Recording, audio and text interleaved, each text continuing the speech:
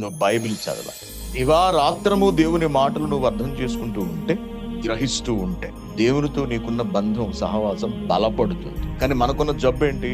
పొద్దున్న నుంచి రాత్రి వరకు ఫోన్ చూస్తాం, కళ్ళు అంటే మంటలు రావు.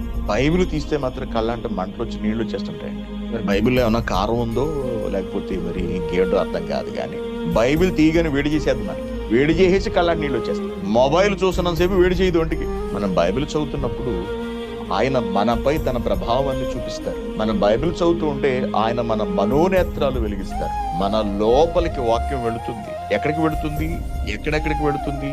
దేవుని వాక్యము సజీవమై బలము గలదై రెండంచుల ఎటువంటి ఖడ్గము కంటేను వాడిగా ఉంది, ప్రాణాత్మలను కీళ్లను మూలుగను విభజించునంత మట్టుకు దూరిపోవచ్చు, హృదయం యొక్క తలంపుల లోపలికి వెళ్ళిపోతుందండి. ఈ ప్రపంచంలో ఏది కూడా హృదయం యొక్క తలంపుల్లోకి వెళ్ళలేదు. అంటే చెడెడుతుంది.